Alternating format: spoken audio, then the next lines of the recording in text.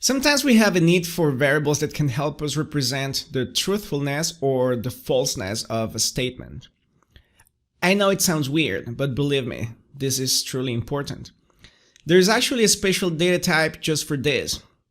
This data type is called the Boolean data type, and it can only take one of two possible values. To define a Boolean in Python, we use the keywords true and false. For example, if I have a variable learning to code, since we are actually learning to code, this variable can have the value true.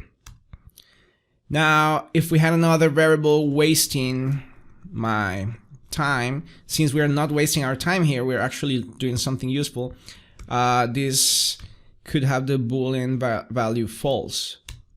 And we can also print the value of these variables. Learning to code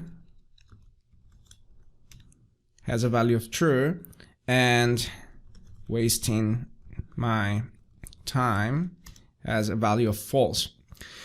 I also like to think of Boolean variables as representing yes or no, or sometimes even on and off.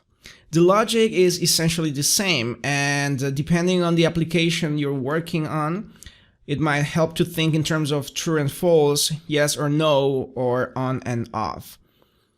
Also, Booleans are special cases of integers, with true corresponding to an integer value of 1 and false corresponding to an integer value of 0.